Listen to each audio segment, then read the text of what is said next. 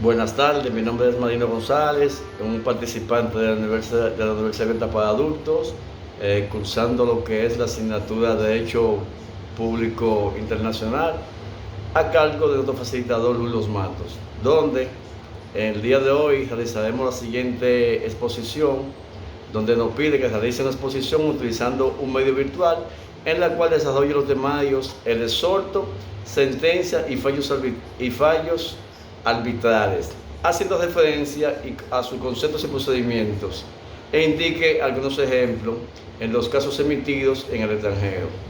A continuación, iniciaremos con lo que es el exhorto.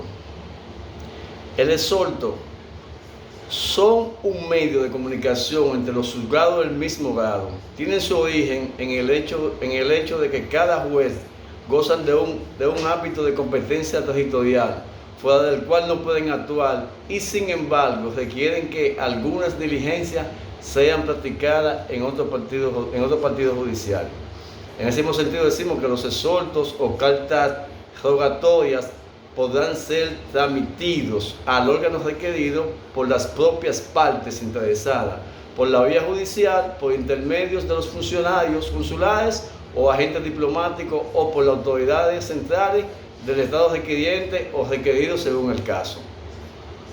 En igual forma dice que cada estado parte informará a la Secretaría General de la Organización de los Estados Americanos acerca de cuál es la autoridad central competente para recibir o distribuir el exhorto o carta rogatoria.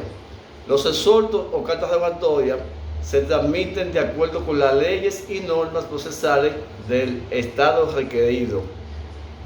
A continuación expondremos algunos ejemplos que es el exhorto, que puede ser en este caso. Una de las formas de explicar el exhorto es por haber sido víctima. Una forma de aplicar el exhorto es por haber sido víctima de un delito. Ejemplo: si Miguel vive en Barcelona y decide hacer un viaje de negocios a Madrid, para hacer justicia que corresponda el juzgado que lleve el caso en Madrid, solicita un exhorto penal de Barcelona. Repito el ejemplo: Miguel vive en Barcelona y decide hacer un viaje de negocios a Madrid. Para hacer la justicia que corresponda, el juzgado que lleve el caso en Madrid solicita un exhorto penal al juzgado de Barcelona. Es un ejemplo, tal como nos pide el mandato. Entonces, ahora pasamos a lo que es el laudo arbitral, la sentencia arbitral. El laudo arbitral o sentencia arbitral no es más, es una resolución arbitral que resuelve el conflicto entre dos partes. Es equivalente a la sentencia judicial. Es una figura que resuelve un conflicto entre las partes de igual que un juez, pero solamente se acudirá si así se ha pactado anteriormente de la controversia de las partes. O sea, repito esa parte para que se entienda. El laudo es una resolución arbitral que resuelve el conflicto entre dos partes. Es equivalente a la sentencia judicial. Es una figura que resuelve un conflicto entre dos partes, al igual que un juez, pero solamente se acudirá a él si así ha pactado anteriormente de la controversia entre las partes. O sea, eso lo que no quiere decir en ese caso es que con la resolución que se emita es equivalente a la sentencia de un juez, obviamente. O sea, no es necesario ir donde el juez. Pero si la parte decide que hay que ir donde un juez arbitrando, se va donde el juez. Pero si la resolución así lo dice, así lo dijo. Pero, sin embargo, hay un aspecto que diferencia una de otras, pues la jurisdicción del juez se encuentra en la ley, mientras que la jurisdicción del árbitro fue fundada en la autonomía de las partes. O sea, ahí habla de la diferencia que han mencionado anteriormente, que la sentencia judicial es autoridad competente de un juez, pero la del laudo, ya eso depende de las partes.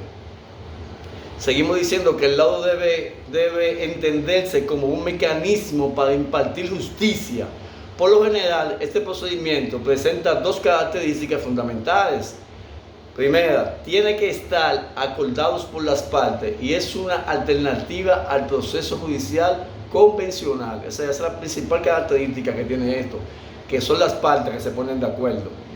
Las partes ponen de acuerdo, eligen su juez, eligen todo, las partes. Porque esto básicamente es vamos a llamarle un derecho privado. Seguimos diciendo el procedimiento del laudo. En el nombramiento de los árbitros se hará en la forma convenida por las partes, que es lo que yo decía ahora mismo. Las partes hacen el pacto, hacen la forma convenida de las partes. Su designación podrá delegarse a un tercero, sea esta persona natural o jurídica. O sea, puede ser persona natural o jurídica. A falta de acuerdo expreso entre las partes, el arbitraje se llevará a cabo conforme a las reglas y procedimientos de la Comisión Interamericana de Arbitraje Comercial. O sea, si las partes no se ponen de acuerdo, entonces hay un lugar donde se vaya a ir a hacer eso, que es la Comisión Internacional de Arbitraje Comercial. Seguimos diciendo que la sentencia o laudos arbitrales no impugnables según la ley o reglas procesales aplicables tendrán fuerza de sentencia judicial y ejecutoria. Dato importante, no menos importante que lo que hemos dicho. La sentencia o laudos arbitrales no impugnables según la ley o reglas procesales aplicables tendrán fuerza de sentencia judicial o ejecutoria. O sea, esa parte que está bien clara, eso tiene la misma fuerza. Después de la sentencia de un lado se dictó, tiene la misma fuerza de una judicial. Su ejecución o conocimiento puede exigirse en la misma forma que la de la sentencia dictada por los tribunales ordinarios o nacionales o extranjeros, según las leyes procesales del país o donde se ejecuten y lo que establezcan en respecto de los tratados internacionales. Es lo que yo decía ahora, que esa sentencia, su ejecución o conocimiento puede exigirse en la misma forma que de la sentencia dictada por los tribunales, dada que tiene la misma fuerza. Proseguimos.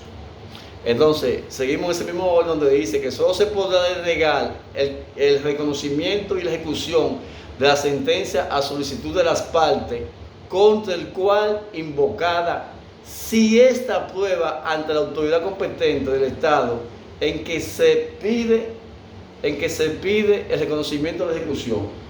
Repito, solo se podrá denegar el reconocimiento y la ejecución de la sentencia a solicitud de las partes contra el cual es invocada, si esta prueba ante la autoridad competente del Estado o en que se pide el reconocimiento de la ejecución.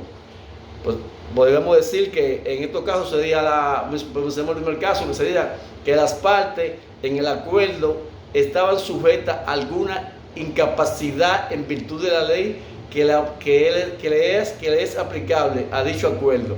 No es válido en virtud de la ley a que las partes lo han sometido, o si nada se hubiere indicado a este respecto en virtud de la ley del Estado en que se haya dictado la sentencia.